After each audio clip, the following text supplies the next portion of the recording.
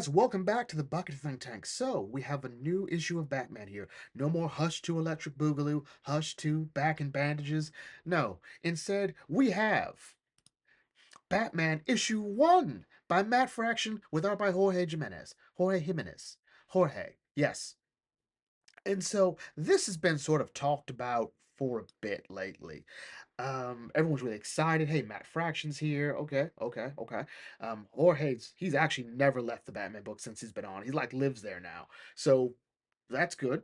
That's good. So let's sort of go into this in this new direction, this new future for Batman. So we get a nice little scene of, life of the GC, well, life of Commissioner Gordon. He's back to being a beat cop now. I'm like, okay. It's a bit hard for Espinoza, who knew him as, Commissioner. Um, so there's that. It's just like, hey, this is a day, working your beat, and because it's Gotham City, of course, something weird has to happen. I.e., Swamp Thing. Well, not he looks like Swamp Thing, but it's Killer Croc. Every time I see him, I think, is that Swamp Thing? No, it's Killer Croc. You can tell by the feet. I know no one ever wants to look at the feet. Can we get like a better look at the feet? Better look at the feet. Look at that. Look at that feet. But yeah, that's Croc. He hits uh, a meat truck. Of course, he does a meat van. I'm sorry, and everyone's like, "What do we do?" Like, Gord's like, "What do you mean? What do we do? We call for backup. It's Killer Croc." And we then get to, I think, the scene everyone's seen ever since this was announced. Um, Batman, back in the blue and gray. All right, now he's at Arkham Towers because the asylum was torn down and replaced with a tower. I have not read the Arkham Tower arc for Detective Comics. At some point, I need to do that. But anyway, so he's talking to the doctor who's been overseeing Wayland, and it should be noted here that in this moment, Bruce refers to him as Killer Croc. She refers to him as Wayland, and this is sort of like the one thing I don't like about the story is how we treat Croc. Um, to to the book's credit, Croc is kind of inconsistent, but lately, I would say maybe not even inconsistent, but for a good while, he has been not a good guy, but he's sort of expanded his code. He protects the homeless in some of the more underprivileged parts of Gotham City, and in I think it was Suicide Squad, maybe he was Roy Harper's sponsor. So that was interesting. I think he dated June Moon for a bit. Croc was living a better life than me. Um, but Batman sort of knows that he keeps the distinction because, well, he's escaped Arkham, and Arkham's supposed to be better now. I still haven't seen how that works, but whatevs. Um, the case is like, well, he's undergoing this process of regression, and he's apparently not just regressing physically, maybe regressing mentally, and it's weird. But anyway, we get this nice little splash page of Gotham City, and I do love it. Lex Luthor selling a bulletproof bodice for ladies, issues of crime. There's a ninja problem in Gotham City because there are unregulated dojos. And like, hey, if crime is down, why is there still crime? Okay, sure. Meanwhile, Vandal Savage, who is still commissioner of Gotham City of the GCPD, introduces his tactical combat officers. They are designed to pretty much be called in for the more difficult things. I'm like, okay. A special unit, that's kind of something you'd think the GCPD would have done. But every time that happens, it just actually does not end well. Whether it be the Tiger Guards in Arkham City, there was a special program at Real Grant Morrison's run that didn't work out.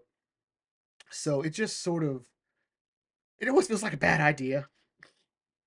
But the idea is that they're designed to go in and allowed to have pretty much full impunity. Right? They call them, they sit back, and they let them do their job. And the question, like, what do we do about Batman? Like, I don't really want to bring that up, but what do we do? Like, look, he'll face justice soon enough. It's kind of hilarious to me. Kind of hilarious to me that Vandal Savage is still here operating in Gotham City as the commissioner, even more so living in Wayne Manor. It's just it is what it is. Meanwhile, we get Bruce's new car, and I thought this was an AI of Alfred. I'm now just thinking it's a hallucination. The question comes in as about whether or not people change or don't change in regards to Croc, and it's up in the air.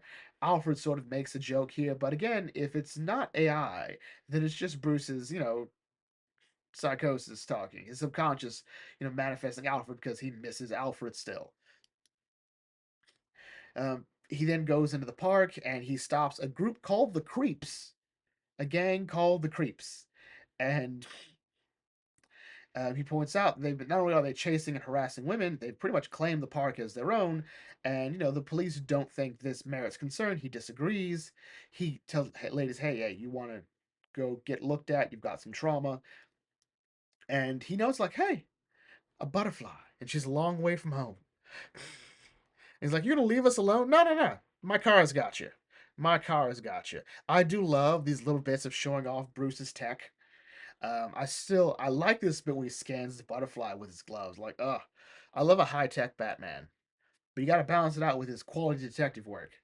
So he goes into the museum, and the security guard is like, "Okay, all right, I've got two civilians here. Can I get some help?" And it's not working. Croc is just standing there menacingly. Oh, it looks like he's not quite there. Not quite there. Little girl's crying, and Batman comes in like, "Look, that gun is scaring the child and is might trigger Croc. All right? Do you want to point a gun at a crocodile man? Also, more importantly, you're scaring the child." I also like how she's like, she's scared. She got tears in her eyes. She's Batman, like, "It's here." Uh, good times. Good times all around. All right. So, Batman's all set. He's like, "Hey, look, all right, just quickly, quietly get the civilians out of here. Contact Dr. Zesley. Dr. Zeller, dear God. Contact Dr. Zeller that we found him, all right, and don't call the police." They're like, "What are you going to do?" I'm like, "Strike a little terror into his heart." I'm like, "Okay, the Bat Gauntlets. All right, we're definitely giving like Arkham vibes here." So he goes in, like, "All right, Croc, put him up, put him up, put him." Oh, wow. Okay, you're just, uh, like they've devolved Croc a bit here. Like, you bad, so go. I'm like, "Oh Lord, Wayland, look how they massacred my boy." So Bruce's like, "Okay, fine." He removes the cowl and he talks to Wayland or Croc, and like, he stares at a giant dinosaur. Well, just a T-Rex. Like, "I used to have one of these in my house." He goes, "Big house." "Yeah, it was. Um, you head new home now, if you say so." Me head new, but bad now. Lost. He ate the zoo. So wait, it's okay. So he ate the animals in the zoo. Okay, uh, and it's sort of a interesting conversation about where he is, and it's like, okay, so Zeller was right. He's he's harmless. He's a bit dangerous because he ate all the animals in the zoo, but I guess it didn't hurt anybody. And Dr. Zeller comes in, hands him a little toy T Rex, like, "Head bad, made home bad, and bad. Like, you made a bad choice. Now you can make a good choice. Let me help you." He goes, "Okay. Home now, she help. Who help you?" "My head is okay, Waylon. I don't need help." Waylon hands him the T Rex, like, "If you say so, man. If you say so," and leaves.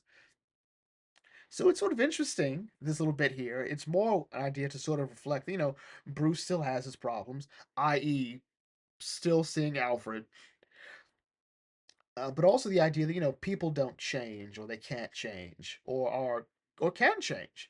Um, Waylon has changed, not for the better in my mind, but he's coming in for actual help. He's self-admitted himself to Arkham, so there's that. And on his way home to the Pennyworth Manor, because this is what he did when he got his money back. He bought this mansion in the Upper West Side. It's the new Wayne Manor. Well, it's Pennyworth Manor, and everyone in the Bat family has a room.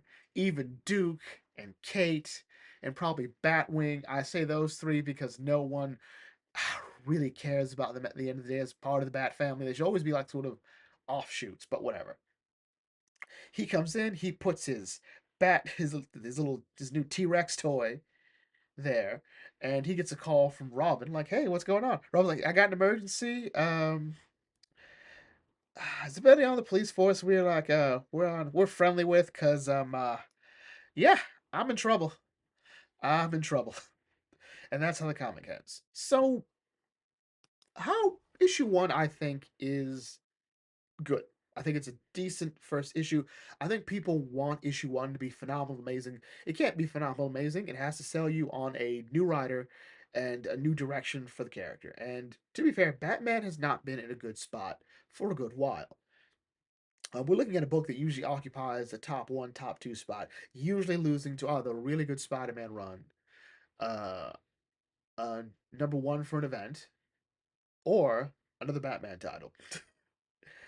Here, I don't think it's been true. At one point, it dropped down to I think number five, um, losing to Immortal Hulk.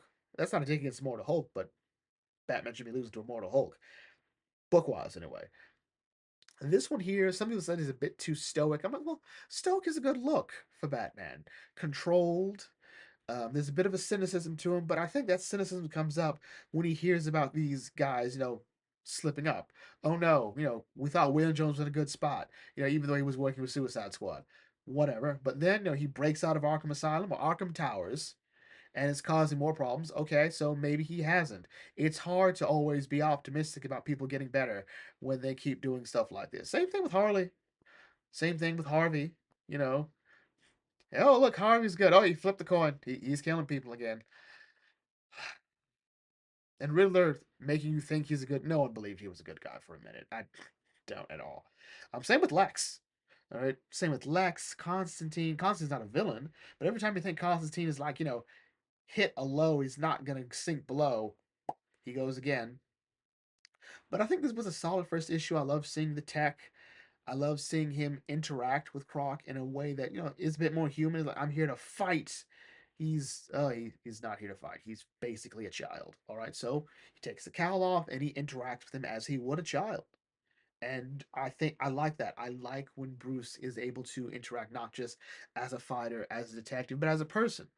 And if anyone can bond well with kids, it's really Bruce, because Bruce remembers what it's like to be a kid. It was the last time he was truly happy.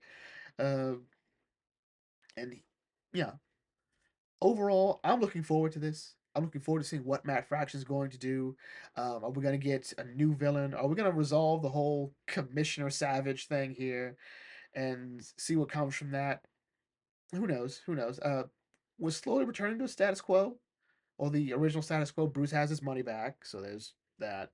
The Bat family doesn't hate him, as far as I know, so we'll see. He's Tim is his Robin. That'll be great. Oh, look at that! Look at that! So I have no idea how this works, but yeah, Tim Drake is Robin, so that's good. That's good. Um, we're back to good tech stuff. Will he bring Alfred back? That will be an interesting choice. If he brings Alfred back, he'll have fixed an issue that needed to be fixed years ago. Um, let's see here. And getting Wayne Manor back. But I don't think you need a reason to go back to Wayne Manor. It might end up being like a temporary safe house, like a permanent safe house for the Waynes, for the Bat family later on. Who knows? Overall, though, still fun. So anyway, let's bring this to a close. If you're new to the Bucket Authentic, feel free to like, comment, share, subscribe, smash the thumbs up button. I'll catch you all later. What did you guys think of the issue one? What do you think about Matt Fraction's run? What are you hoping will happen? Leave your thoughts in the comment section. I'll catch you all later. This is the Bucket Think Tank signing off. Thanks for watching. As always, may your fandom serve you well.